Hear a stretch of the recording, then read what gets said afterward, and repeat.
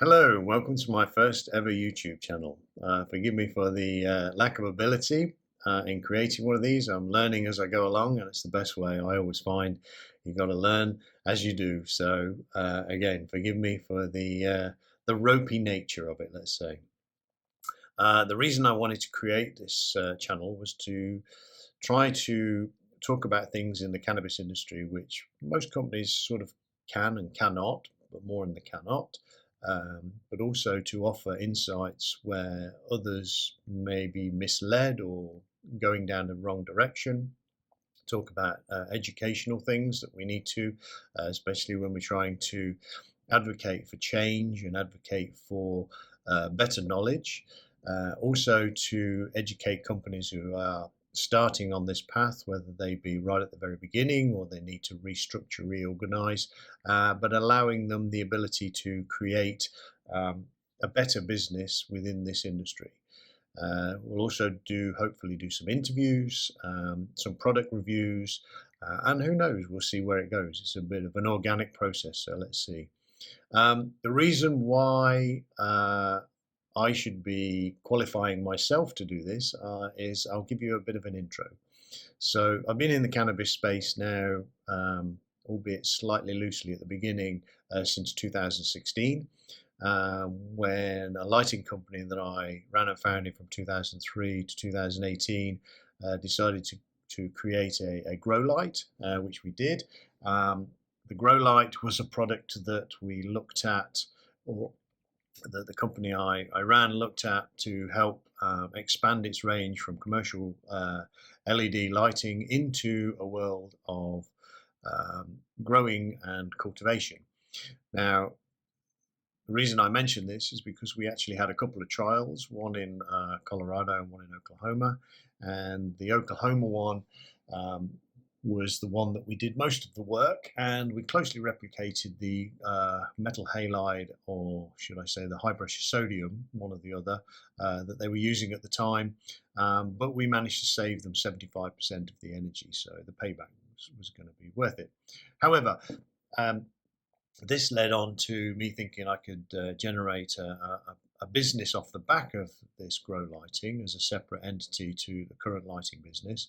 I tried to raise money from it through a friend of mine who basically said, whilst the picks and shovels in the cannabis industry is the best place to be, I think you're probably going the wrong way, because there are far greater lighting companies in the world, bigger ones, which I wasn't offended by, because we weren't exactly the biggest company. So there's far greater companies such as Philips and Osram who were, leading the way. However, he took me to that same day, which was in June 2018. He took me to a cannabis raise in the Mayfair Hotel in London, and they were looking for land in South America. One of those places was Colombia. Now, I'm lucky enough to be married to a beautiful Colombian lady, and her father has land in the northeast of Colombia. Nice location, very fertile, very green, and actually quite warm and tropical. Now, I'm messaging my wife, asking her how much land does her father have. She's a little bit suspicious. I say, we can grow cannabis. And of course, she says, no, we can't. Anyway, we went backwards and forwards, and then finally she gave me a number, and I went to the president of this company who was at this financial raise and said, look, we've got some land in Colombia. Would it be of interest? Could we explore the possibilities of maybe being the landlord, etc.? So anyway, the next day came around, and they were all over me looking for details of aspect of the land, the climate conditions over for like 5 years, the type of soil, etc. And this went on for probably about 3 to 4 weeks, but we got to a point where they only really wanted to buy the land. Now, my father-in-law, who had also convinced to grow cannabis on his farm, which was a difficult process, basically said, I'm not selling the land. And land in Colombia, if you make money on it already, you tend not to sell, because why would you? It's making money. Anyway, so we sort of went in separate directions. They went off to do their own thing, and I went off to think about how and what could be the next step in this process. And now that I got a flavour of what the cannabis industry was like, I spoke to some people I knew in the UK, and of course, obviously, my father-in-law and my wife, and I said, why don't we create a cannabis company? And so we did. And then in September of 2018, Avida Global Limited in the UK was founded.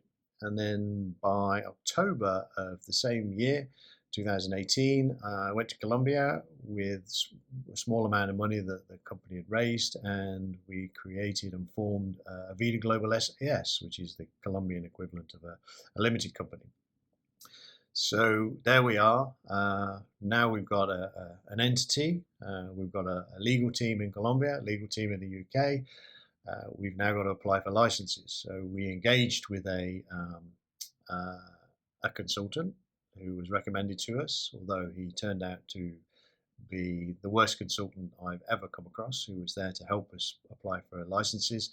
In the end, we fired him, and my wife and I, towards the end of 2018, in December, all the way up to Christmas Day, were merrily filling in all the license applications, creating a company in paper form, writing out the business plan, the security protocols, the details around the strains and genetics, a massive learning curve, steeper than you can imagine, to get these license applications in before the end of the year, which allowed us to have a seed amnesty to be able to have imported seeds registered into Colombia, which we managed to do. Then we got to the early part of 2019, and in early part of 2019 we started to employ some local people, not too many people, but more importantly we took on two gentlemen who then became our head grower or master grower, and also became head of operations in Colombia. I assumed the role, with the board's permission from the UK, as the CEO in Colombia. I was already the COO in the UK, as being the originator and the co-founder. And then we started to design and build what could be described as a world-class facility in the middle of a field, in the middle of nowhere, 12 kilometers from the Venezuelan border, where only 2 years before there was an ex-conflict zone controlled by guerrillas, and it had its challenges. Let's put it that way. Quite a complex process, and we managed to get everything moving and started and building our first parts of the business in 2019, to the point where we had our first greenhouse. We got our licenses, albeit everything apart from our final production license and psychoactive license, in 2019. Then, of course, we came to the wonderful time of COVID. We were growing plants, albeit for test purposes, inside purpose-built greenhouses, which we designed to fit into the local area, in the local environment, so they would take advantage of the conditions, more notably the airflow, to be able to draw heat out of the greenhouses. We managed to dig wells and get everything in place so that we could carry on doing our test grows and our test cultivations. During COVID, my wife was in England, I was in Colombia. Very difficult time, and I know that's been a difficult time for many people around the world, so we all sympathise with each other, I think, in that respect. And we had the great support from the local military, the police, and the mayor's office to allow us to have our people transport backwards and forwards during this time of COVID, to be able to carry on doing the cultivation. So we didn't lose the genetics that we'd already grown, and we didn't lose any time, although everybody lost a bit of time in that process. So we fast forward a little bit to the middle of 2020, when restrictions were lifted. I managed to get back to the UK, thankfully see my family, etc. I had a great summer here. Then I went back in October of 2020, and from October 2020 to August of 2021, we managed to build a second greenhouse, a full-on extraction facility, which was processing and extracting product that we were harvesting every 3 days using CO2 extraction, using Harter dryers for accelerated drying, and Extract Labs extractors.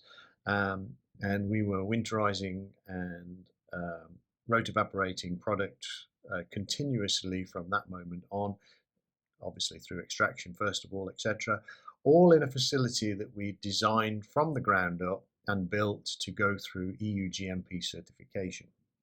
Now, during this, we'd also built offices, an irrigation system, brought power to site, many different things, and faced a lot of challenges in a very remote location.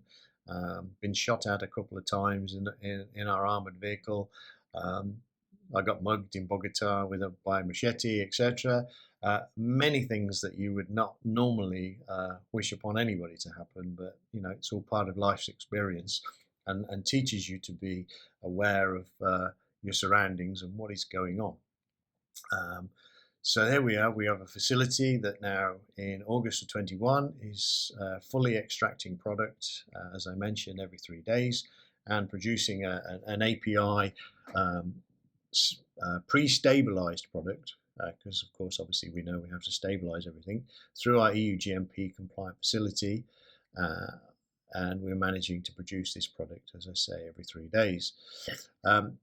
We had a system that was, I think, quite unique. We'd managed to also gain GACP certification. We had 3 ISOs, ISO 9001, 27001 and 45001, and built a whole team which got to 65 people. And within that team, we had various different categories of people, from administration to security to cultivation, to processing, to the operators within the extraction facility, physical chemical people, chemists, and also a sales team back in Bogota, which is where our office was based. This was all wonderful and amazing and gave me a vast amount of experience. My ability to get involved is something that I love from the moment we start something to the moment we finish something. You'll see, hopefully, if I can make this video work the way I want it to, I'll have some pictures that should pop up somewhere on the screen at some stage, maybe even now, I don't know, I'm going to work that bit out, showing how everything progressed from a plain piece of land to what you will see as a finished article, as a operating business. I was digging holes, fighting snakes, driving bulldozers, fending off tarantulas. That was an interesting one. Moving containers around, various different things. It's quite a lengthy process, which I can't go into in all the detail right now, but I'm more than happy to answer any questions that anybody may have, and also do a separate presentation on how I managed to get from being interested to the end of when I parted with Avida Global. Now, I spent 4 years pretty much non-stop, coming backwards and forwards now and then in Colombia, working tirelessly to build it. My wife was coming backwards and forwards as well, because we set up a foundation called the Avida Foundation to help the local community. She was working tirelessly to help raise funds, and she built 17 schools within the region, in the mountain regions, to help re-energize the education and to also help the local community. Fantastic project, fantastic, and thank you to all those that contributed, not just their time, their money, old clothes that they had, etc., but knowledge and ability that helped her do that. It was fantastic. So as I say, here we are. We're now 65 people strong, working day and not night, but sometimes late into the evening, processing, cultivating, processing, extracting, etc. The product. I contracted pneumonia in early 2022. I'm not looking for heartstrings to be played, but I realised that 4 years apart from my family, because our children were being educated in the UK, my wife was majority in the UK and I was in Colombia, opposite ends of where we were from. I realised that this couldn't continue, so I decided to come back to the UK. I resigned from the company. There was nothing really for me to do, and that was in July of 2022. Since then, I formed a new business in the world of consulting, and as you may remember at the beginning, I mentioned that we had a consultant who was absolutely terrible, and so part of that process was understanding that there are consultants out there that are educating themselves from Google, or they're educating themselves from the black market, which is a very different process entirely. So I thought, well, why not? We've got real world experience, real hand-on experience. My learning was like this, and now I have this massive amount of knowledge. And so I decided to set up this company to go out there and help other companies like Avida, or ones in early stages or ones in later stages, that restructuring and reorganization. And since then, it's been very successful. I will say that Avida closed down their facility in Colombia, albeit whether that's the right thing or the wrong thing, but it allowed for some other people that were working there, more notably the master grower or head grower, depending on what term you want to give, and the head of operations, to all work together as a freelance team with each other to go out there and actually offer this help and support on a consultancy or an advisory basis. And since then, we've helped 25 different companies, some small, some large, some larger contracts in term wise, reorganize themselves, go through the GACP process, the ISO process, the GMP process, whether they be cultivating in greenhouse, in poly greenhouses, or in full-on purpose-built indoor facilities that are fully positive pressure, air conditioned, completely isolated from the outside world. It's been so far a great journey, and very successful, and I'm very thankful to all of those clients for placing their trust in myself and the team. And that is really why I think it gives me the opportunity to say that I have the qualifications to do these videos and to impart knowledge onto the rest of you. Some of you may know that I post on LinkedIn every single day of the week. I actually have the weekend off, but every single day of the week, content that allows me to share knowledgeable content, albeit limited by the amount of characters LinkedIn allows us. But it gives a level of education that some people find interesting, and allows them to rethink the way that they've been working and the way that they need to think about working next. And it's proving to be quite a satisfying experience, because I get a lot of commentary back to say thank you, etc., etc., etc. And I've just now wanting to step into the next realm. So the next realm being video, and I welcome your comments. I welcome the opportunity to talk further. Feel free to reach out to me if you need advice and help. Hopefully you want to contract us to come and look at your facility and help you get through where you are now to be in the next stage, or from going from struggling to being a commercially operating profitable business. We're more than happy to do that. And please give me a thumbs up, which is a like, subscribe, which hopefully should be somewhere here, and please pass on your comments and share with other people the video if you feel it's been worthwhile. All right, thank you very much, and hopefully I'll be able to get one of these out every week. So thank you again, and I look forward to speaking to you soon. Bye bye.